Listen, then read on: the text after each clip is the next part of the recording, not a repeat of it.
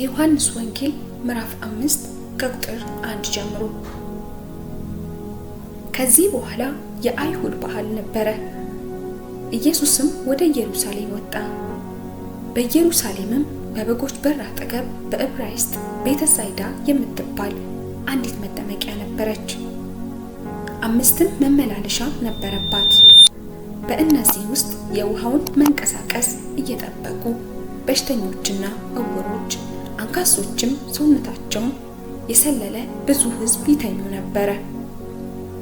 አንዳንድ ጊዜ የጌታ መልአክ ወደ መጠመቂያይቱ ወርዶ ውሃውን ያናውጥ ነበርና፣ እንግዲህ ከውሃው መናወጥ በኋላ በመጀመሪያ የገባ ከማናቸው ካለበት ደዌ ጤናማ ይሆን ነበር።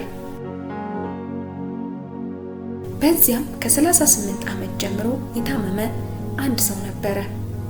ኢየሱስ ይህን ሰው ተኝቶ ባየ ጊዜ እስካሁን ብዙ ዘመን እንዲሁ እንደነበረ አውቆ ልትድን ትወዳለህን? አለው። ደዌውም ጌታ ሆይ፣ ውሃው በተናወጠ ጊዜ በመጠመቂያይቱ ውስጥ የሚያኖረኝ ሰው የለኝም፣ ነገር ግን እኔ ስመጣ ሳለው ሌላው ቀድሞኝ ይወርዳል ብሎ መለሰለት። ኢየሱስ ተነስና አልጋህን ተሸክመ ሂድ አለው። ወዲያውም ሰውየው ዳነ፣ አልጋውንም ተሸክሞ ሄደ። ያም ቀን ሰንበት ነበረ። ስለዚህ አይሁድ የተፈወሰውን ሰው ሰንበት ነው፣ አልጋህንም ልትሸከም አልተፈቀደልህም አሉት። እርሱ ግን ያዳነኝ ያ ሰው አልጋህን ተሸክመ ሂድ አለኝ ብሎ መለሰላቸው። እነርሱም አልጋህን ተሸክመ ሂድ ያለው ሰው ማን ነው ብለው ጠየቁት።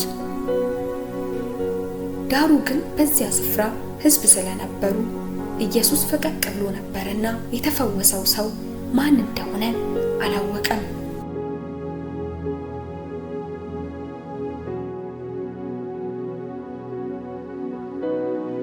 ከዚህ በኋላ ኢየሱስ በመቅደስ አገኘውና እነሆ ድነሃል፣ ከዚህ የሚብስ እንዳይደርስብህ ወደፊት ኃጢአት አትስራ አለው።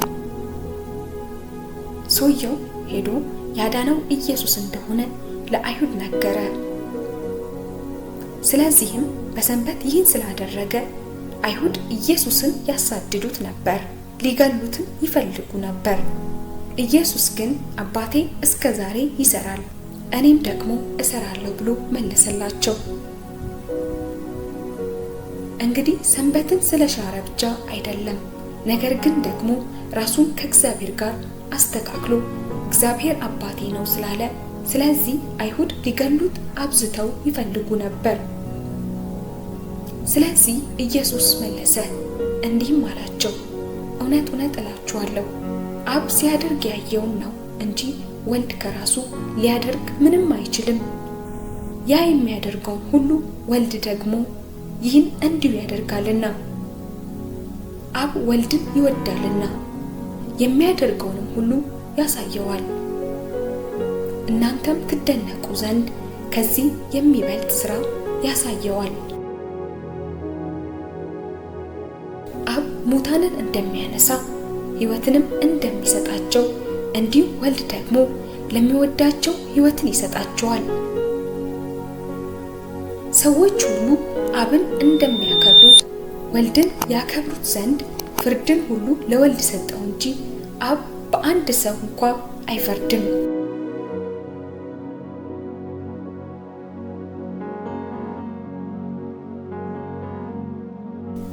ወልድን የማያከብር የላከውን አብን አያከብርም። እውነት እውነት እላችኋለሁ ቃሌን የሚሰማ የላከኝንም የሚያምን የዘላለም ሕይወት አለው፣ ከሞትም ወደ ሕይወት ተሻገረ እንጂ ወደ ፍርድ አይመጣም። እውነት እውነት እላችኋለሁ ሙታን የእግዚአብሔርን ልጅ ድምፅ የሚሰሙበት ሰዓት ይመጣል፣ እርሱም አሁን ነው። የሚሰሙትም በሕይወት ይኖራሉ። አብ በራሱ ሕይወት እንዳለው እንዲሁ ደግሞ ለወልድ በራሱ ሕይወት እንዲኖረው ሰጥቷልና የሰው ልጅም ስለሆነ ይፈርድ ዘንድ ስልጣን ሰጠው። በመቃብር ያሉት ሁሉ ድምፁን የሚሰሙበት ሰዓት ይመጣል።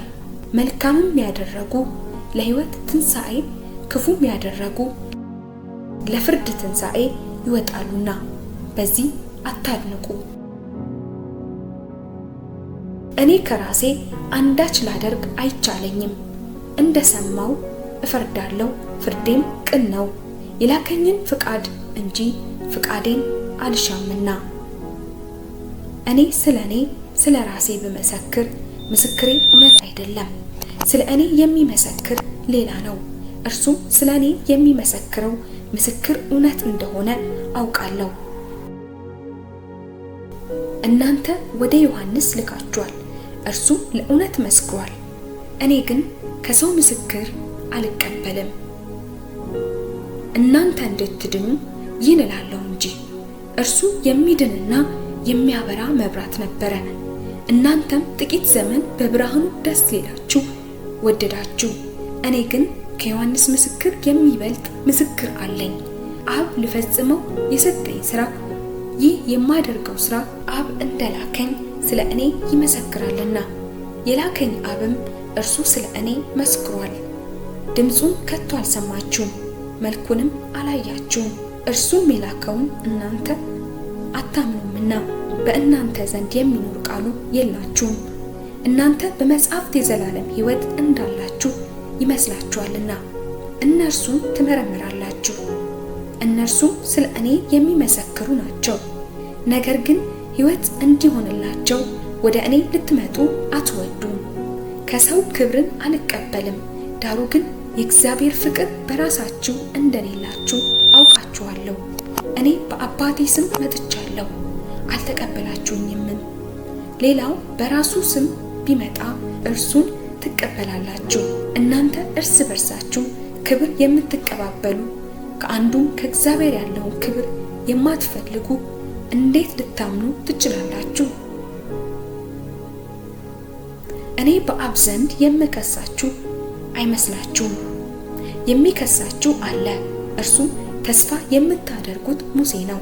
ሙሴን ብታምኑት እኔን ባመናችሁ ነበር፣ እርሱ ስለ እኔ ጽፏልና። መጽሐፍን ካላመናችሁ ግን ቃሌን እንዴት ታምናላችሁ?